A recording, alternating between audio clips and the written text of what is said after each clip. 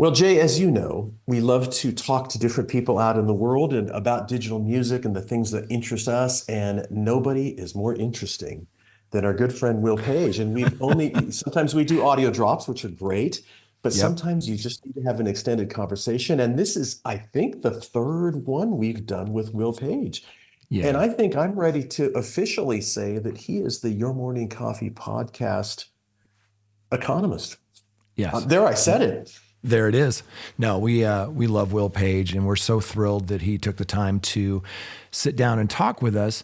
And just for our listeners, this is all based on an article that Will wrote. And the headline was, "It's official. Music's a $40 billion business. Global value of music copyright ramps up 14% to $41.5 billion in 2022, with publishers clawing back share." Boy, that's a long headline. But you and I had just such a great conversation with him. So really, without any further ado, let's listen into our conversation with Will Page. Stand by for transmission. This is London calling. Wake up! The revolution is at hand! Your morning coffee is on the air. On the air. On the air. On the air. On the air.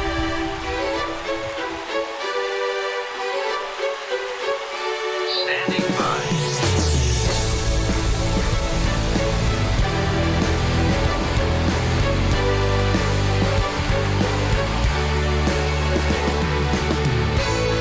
Your morning coffee, the weekly music news for the new music business. It's the highly curated, agitated, advocated, moderated, and liberated digital music information that you need to know. We are your digital music authority. And now from our studios in Hollywood, California, here's your hosts, Jay Gilbert and Mike Etchart.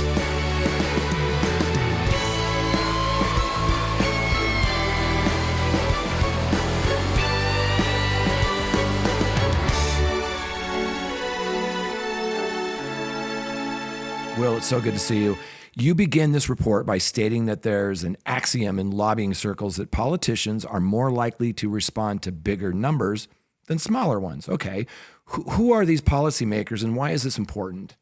Well, I think the undertones of that statement is that ego can trump economics. And I think in the music industry, we can relate to that observation. No. But in terms of policymakers, you can take a look at anything going through the political channels just now. Number one, of course, is AI music. Number two is Mechanical Licensing Collective and the licensing structure in the US and Europe as well. And then when you go down to country by country level, you've got antitrust issues going on. You've had a 3-year inquiry into streaming economics in the UK. You've got actual remuneration, the long list of policy issues that are out there. But before you can do anything, you got to get the policymakers' ear. So I don't care which side you're on and who you're fighting for. We got to engage. And the best way to engage is with a big number, not a small number. And this is the biggest number we can engage with. And it's a verifiable, robust figure. And the fact that it begins with a 4, I think is going to help open doors. Indeed. Well, talk about the evolution of that standalone $9.99 price, including adjusting for inflation. And it's stunning to think it goes back to, in the US at least, December of 2001, back when Rhapsody got its license to stream what was then a lot of music, 15,000 catalog songs, and which was hysterical that they were talking about matching it up to what was a blockbuster rental car. Video rental car. Yes. Oh my goodness. Be kind and rewind. You remember they used to say that in video course, of course. Wow, that's dating ourselves. But yeah, talking about when how cheap music has been, and again, even when you adjust for inflation, it's just unbelievable, really, what we're talking about price wise. Well, before I do, let me just give you a blockbuster anecdote. I went to a movie maker's breakfast in the Ivy in Covent Garden last week. Some great film writers, script writers, and directors there, and one of them said that when you went into the old video shop as a couple or just two friends or partners, whatever, and you had to decide on what you wanted to watch, you would scan the shelves together and you'd always revert back to something that both people had already seen. Isn't that interesting? And then we look at Netflix, Disney Plus, and this wealth of choice we have today. I'll just watch Shawshank Redemption. Well, I'll just watch Usual Suspects. You play it safe. Too much choice can lead to a paradox, I guess. So to price, it's bizarre to think, 3 months after 9/11, Rhapsody picked up that license to stream 15,000 catalog songs, not frontline, catalog songs, for the $9.99 price point. And up until April, May this year, we were still looking at a $9.99 price point, not for 15,000 catalog songs, but for 120 million ISRCs. We're offering more and more, and we're charging less and less. And what I do, which is very mischievous, is just to rip inflation out of that $9.99 price point over the 22-year period. And where are we at? $6.53. That's interesting, but it's not really how the world works. If you pay $9.99 or even $10.99 today, it's going to feel like $10.99 today. So deflating figures is a mischievous task. The second kind of side of this story is where I take a look at the price per account user. And this is where I think there's something more substantial to dig into, which is if there's 3 people paying $15 for a family plan, that's $5 each. You add a student, that's also another $5 each. The fact is, a lot of people are not paying $9.99 for music, they're paying less.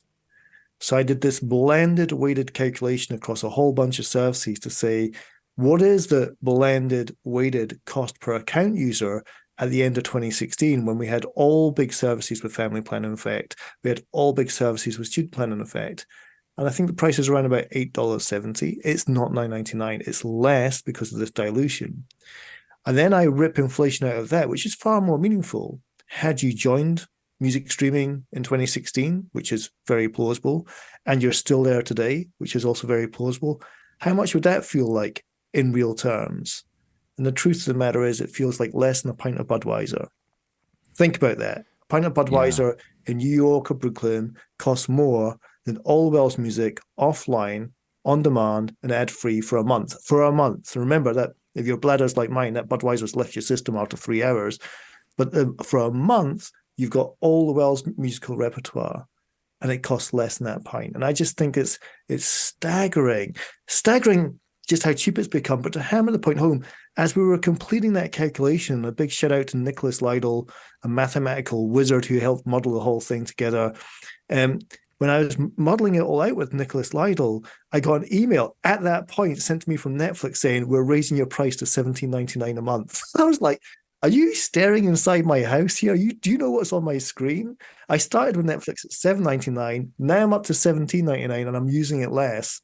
And I've just worked out that you can buy all Welsh music for less than a pint of Budweiser. So I rest my case.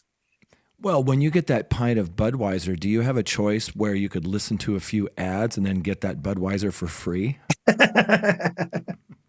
Always worth remembering the ads on Spotify were a deterrent. They were there to piss you off to get you to pay. So back in the early days, I used to take the most unsexy ad ever, like how to fill in your tax return, and place it in playlists which had the word lovemaking in it, and that teach the buggers to pay. Conversion was really high. I called it premature conversion, not to be confused with other premature. Yes.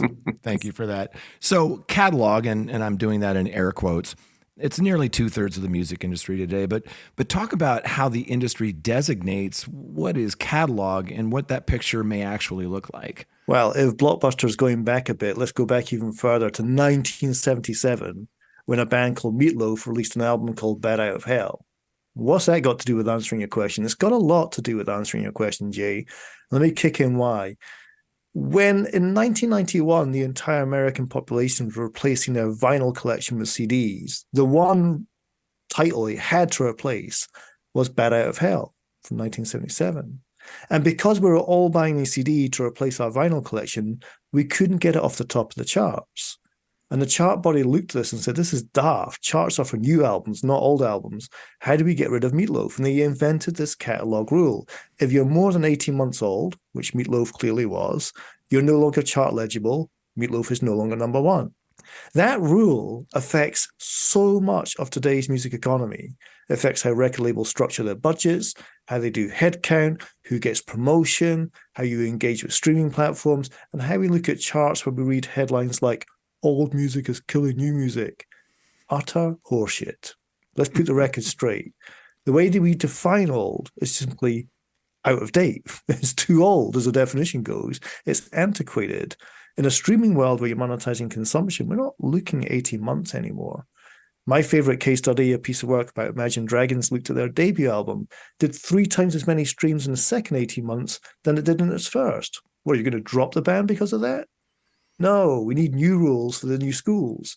So what I did was we street dated 500,000 ISRCs on the global streaming platform Luminate. Big shout out to Jane, to Scott Ryan, to Helena Kaczynski, wonderful people who are always there putting wind in my sail, collaborating with the data so I can do my economics. And we did a donut chart to show where, in terms of age, is today's streaming come from. And with regards to the calendar year 2022, 90%, Jay, 90% of streams were from after the millennium, from after 2000, from after Rhapsody, Mikey baby, from after when Rhapsody got that 999 license. 90% of streams. So when we think old means the market is dominated with songs from the 70s and 80s, no, less than 10% of it. By the way, that's a bit of a shock for your Wall Street analysts who are investing in music catalogs to see that chart, thinking it's so lopsided to old music. It's not. It's just that old music isn't that old after all. A bit like myself, right? And if you get to wave a magic wand, Will, what do you think the real number should be for catalog? Like if it's not 18 months, what do you think it should be? I'll kick you something there, Mike. Firstly, if you just wanted the past to reflect the present, that is the makeup of a record label's income, frontline catalog in the past when it was sales, to represent the present, the actual answer, after doing all the mathematics, is simple. You kick 18 months to 36 months. At that point, 45% of your business is frontline, 55% is catalog. And that's documented in the Imagine Dragons case study. Credit to Timmy and Music Business World for publishing that as a seminal piece of work. And it got everybody to agree that something had to change. How you want to change it, that's your own private business. But it got consensus. Another more detailed way of thinking about it is just to be agnostic to age. And what I mean by that is there signals in the system, be it on platform, the streaming platform, the Luminate data, be it off platform, the socials, the Instagrams, the TikToks, is there something there which says $1 of marketing here is going to give you a positive rate of return? You know, Kate Bush running up that hill, it was deep catalog. There was nothing on Spotify or Apple telling you what was going to happen. But if there's something that is, well, you want to put your marketing dollars behind Kate Bush running up that hill because it's going to be a huge upside. And I think there should be a term for that. If I'm thinking aloud here, momentum marketing could be a useful term. And stock market traders refer to this too. So is there something in the stock that says buying this stock now, irrespective of is it in my TMT sector or staple sector or, you know, the typical areas that you invest in? Is there something in this stock which says there's momentum behind it? A little push here is going to push it a whole lot further ahead. I think that's what the music industry needs, is to get its head around momentum marketing. You know, one of the things I learned from this report was just the sheer size of the music industry. And you had stated in the report that music is now more than twice global cinema worldwide box office. Wow. And just under half of the online video streaming market, but still a fraction of the gaming industry. Where do you see additional growth? Is there still money being left on the table? Yeah, I mean, firstly, the price debate. I think we can get prices up a lot further without seeing net churn. But I do think that we're now at that point of saturation in America and the UK, where I'm literally seeing some services grow and others contract. We know it's going on in the marketplace right now. So, you know, it's all going to come down to price now. We're going to be like telco operators, where the only way you can get RP up is stealing other customers or jacking up your price without having churn. Simples. When you look at the emerging market, there's something that maybe I could do for your podcast in the future, is to give a simple metric to understand when Luminate report huge growth in global streams. Where is that coming from? Because if it's emerging markets, it's not going to be huge growth in global dollars. I always like to joke that you can confuse the per stream in America with the RPU in India, only that's not actually a joke. So, you know, we need some sort of metric, like I've talked in the past about trade-weighted exchange rates, where you have one simple tool that blends and weights all these variables together. We need some simple metric to understand if I'm seeing 18% growth in the volume of streams, but I know that most of that is coming from emerging markets. That probably equates to 1% growth in monetary value. And we can curb our expectations about how this is going to go forward. That said, just a quick shout out to what's happening in emerging markets. Each is very nuanced. Each has their own characteristics. I don't want to generalize, but if we think about potential for a minute, if you go back to 2001, Rhapsody getting its license, the heyday of the music industry, record label execs taking helicopters to their private jets. If we go back then, how many CD players were in India? How many do you think? 10 million, 40 million? I don't know. Park it. Ask this question. How many smartphones are in India today? A lot. Right. Yeah. Count the zeros. Yeah. So that gives you an idea of the potential for emerging markets to far exceed anything that we've seen in the past. Just ignore history. Wipe the slate clean. Huge potential there. It's going to take time. We just need to manage our expectations between the volume of streams that's going to come from this region and when the value is going to finally come back into. As you were describing that, I was remembering the last time we spoke to you and you talked to us about herbivores and carnivores. And it sounds like that's sort of that world that we're in now. It is. And it's come a lot quicker than I thought. I thought it was going to be around about next year. But this year you started seeing those signs happen in the US and UK, where I'm most au fait with the market intelligence to justify this claim. But you literally have seen some streaming services struggle to grow. Others are breaking away from the pack, and others are shedding a little. But of course, we don't have the public reporting that Netflix has. But it's worth remembering that day when Netflix told Wall Street for every 100 subscribers we got in, we lost 168. That was the biggest fall in Wall Street history. Boom. I mean, it's recovered. If you're a Y, you'd have stepped off the train and stepped back on it a few days later and ride that wave. But that was a huge fall because we don't really know how to spell the words net churn yet. We've never been there before. But I think next year we're going to hear more about net churn than anything else. So when we talk about streaming, obviously, it's at least certainly in major markets, it's slowing down, but physical is actually rising, at least recently. What do you attribute these trends to, and what can be done to grow the overall pie? Yeah, I've got the scientific explanation for you, Mikey baby. The reason why physical is growing so fast is because it's impossible to roll a spliff on an MP3 file. It really is. Jay was just trying it a minute ago, and it's still hard. Yeah, Didn't work. I was referring to him. I don't even know what a spliff is, but apparently that's what the cool kids You've read say. about them, yes. Is that what the kids are calling it? And no, I think let's get into this fascinating area of vinyl. I mean, in the UK and in the US, I think it's fair to say 1/10 of all record label income now is coming from vinyl. For indies that specialize in this, I'm hearing it's up to 1/4. Like successful indie record labels, $1 in every 4 is coming from the platters that matter. And across genres, we're seeing it kick in even more. And hip hop, I think, is beginning to wake up to vinyl in a way that surprised me. Now you got to deal with some constraints, which is A, production capacity, and B, red tape. And I shout out the company Pressing Business in my report. That's Fred Goldring and William Hine, 2 industry veterans, worthy guests of your show, really worthy guests of your show, who are working on the Travis Scott project. What I've seen those guys do in Poland, of all places, is slash production times down to we're going to drop an album in 2 months and we can speak to Pressing Business and have something ready to go within 2 months. Previously, it was 3 to 4 months, and the queues were long and they were fractured. But they're also doing something else. I think this is another thing which is going to unleash more demand for vinyl, is removing red tape. So at Pressing Business, you can go to one stop in Poland that serves 7 core markets. For example, you can get around Brexit regulation in the UK. For example, you can get into the US and Latin American markets. So they're able to function there. And I think that's held back the market a lot up until now as well. So A, I think we're getting the production capacity we need. And B, we're getting through the red tape that we need to get through as well. And then to nod to Travis Scott, who reportedly, from my understanding, did 500,000 double vinyls at $50 a pop. Different colors, different covers, versions, that old game that Taylor Swift has been doing, and has shifted well over half of them before the tour even started. Wow. Now, if the production of each of those vinyls is $6, you don't need an economist to work out what the gross margin is.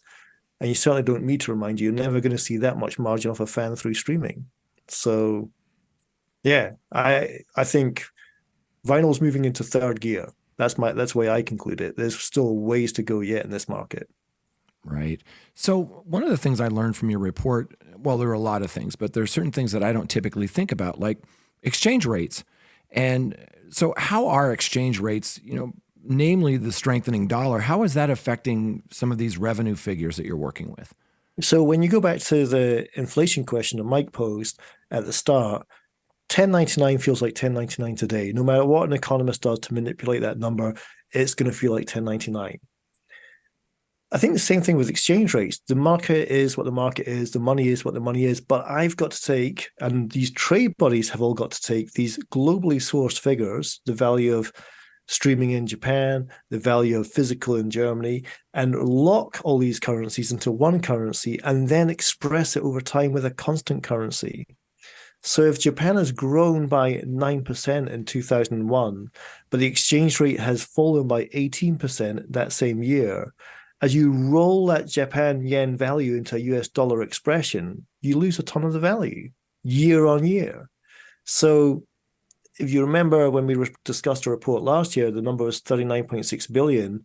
Almost by magic, 3 billion vanishes.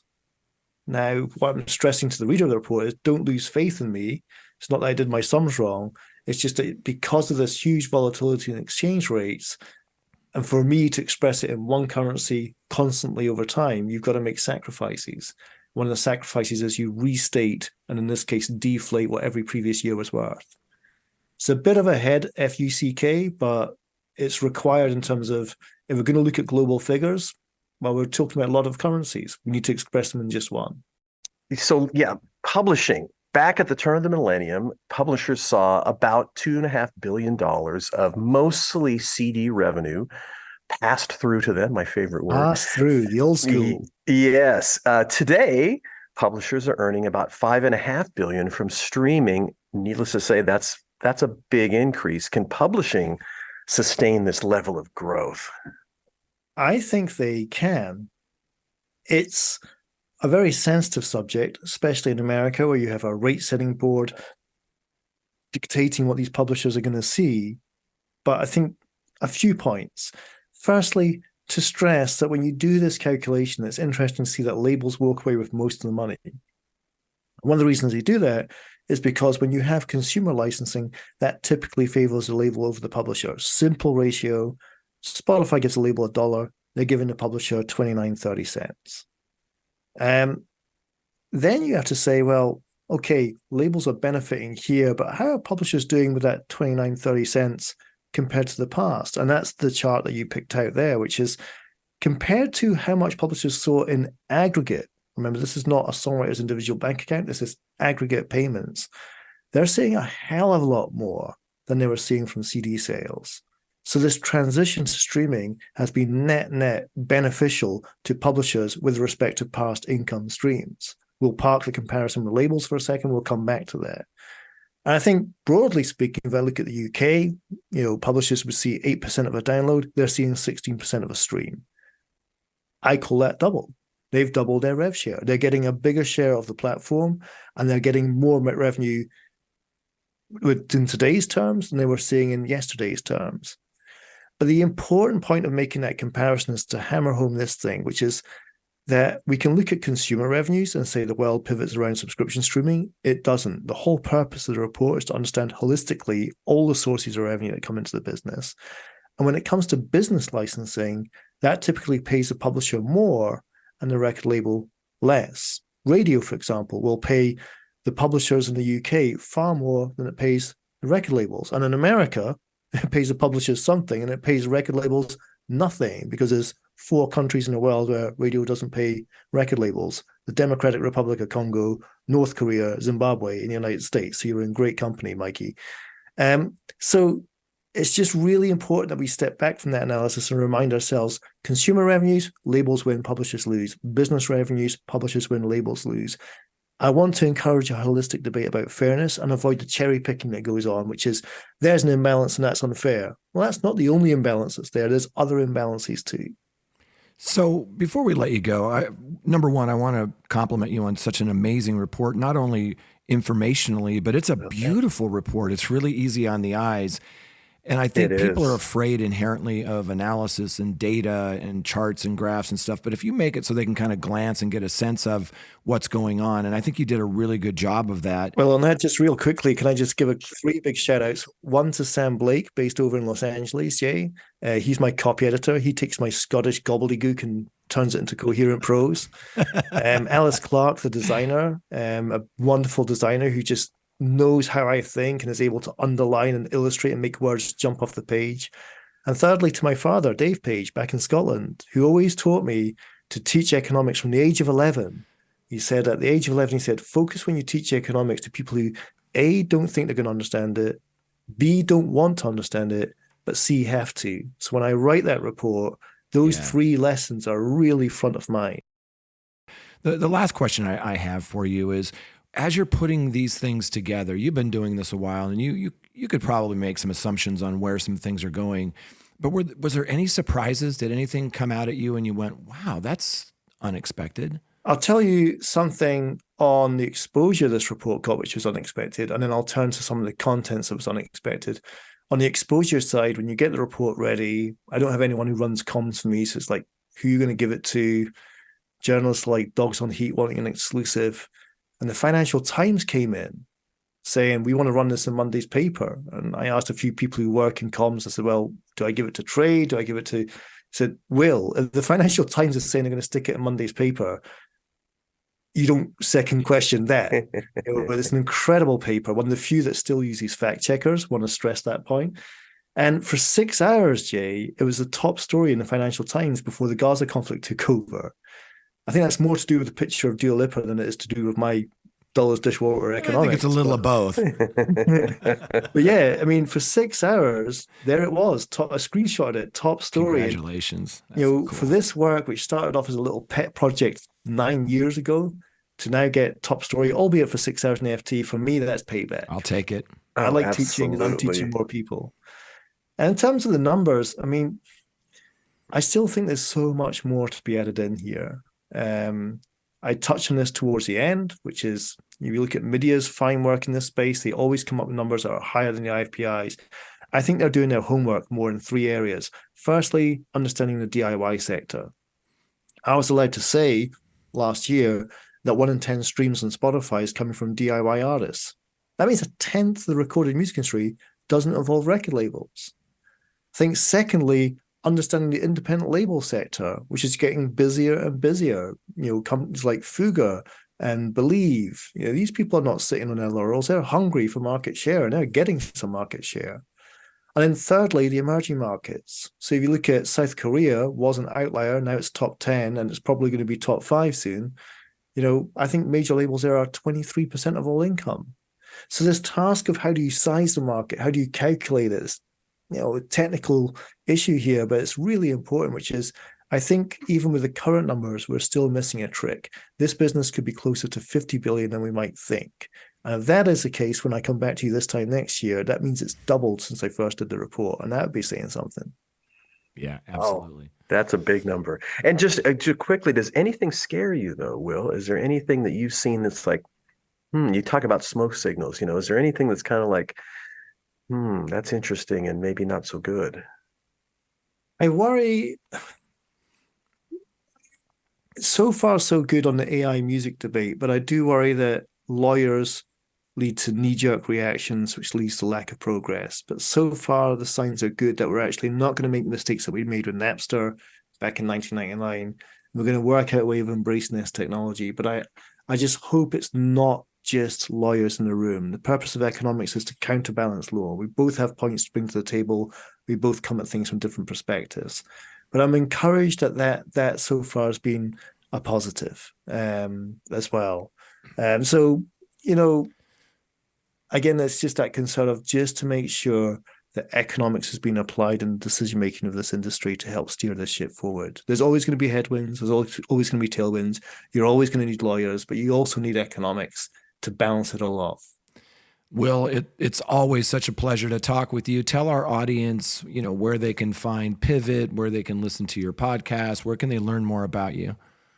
Well, the website, first of all, is pivotaleconomics.com. And I built that website with two people in mind, students and executives. It's just a resource base where you can get all of my past work. Every single global value of copyright is up there, including loads of other articles and writings that can help somebody doing exams this fall, and somebody making big executive decisions this minute. So that's up there. And then to the podcast, and I know you're a listener, Jay, but we're going to reach our 100th episode on the 27th. Congratulations, man. Congratulations. That's huge. And the podcast is called Bubble Trouble. It's myself and Rich Kramer, brilliant presenter, far better than me. And the whole podcast is there to explore why, like the boy who cried wolf, do we always find ourselves getting back into bubble troubles? Why do we never learn? The Who, the band The Who. When will we not get fooled again is what's in my mind. And as the stock market went down, our audience started to go up. There's a clear relationship there of, Facebook's falling through the floor. I might have to start listening to Bubble Trouble. Anyways, big news. After 5 years of praying this would happen, we have got Andy Fastow, the former CFO of Enron, to do a 2-hour special for our 100th episode. There's no bigger bubbler troubler than Enron, and he was the guy who made it go under. And if I can give a teaser for your audience, when I first met Andy Fastow, he stood on stage with 2 objects in his hand. In one hand, he held the CFO of America award, the highest accolade in corporate America.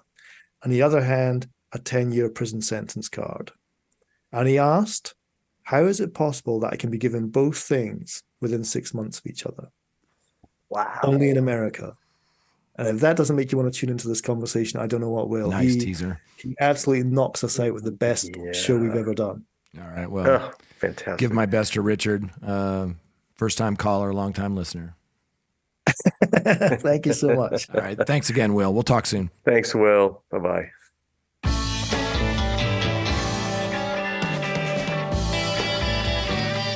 You've been listening to Your Morning Coffee, the weekly music news program for the new music business. Join Jay Gilbert and Mike Etchart next time for the digital music news you need to know.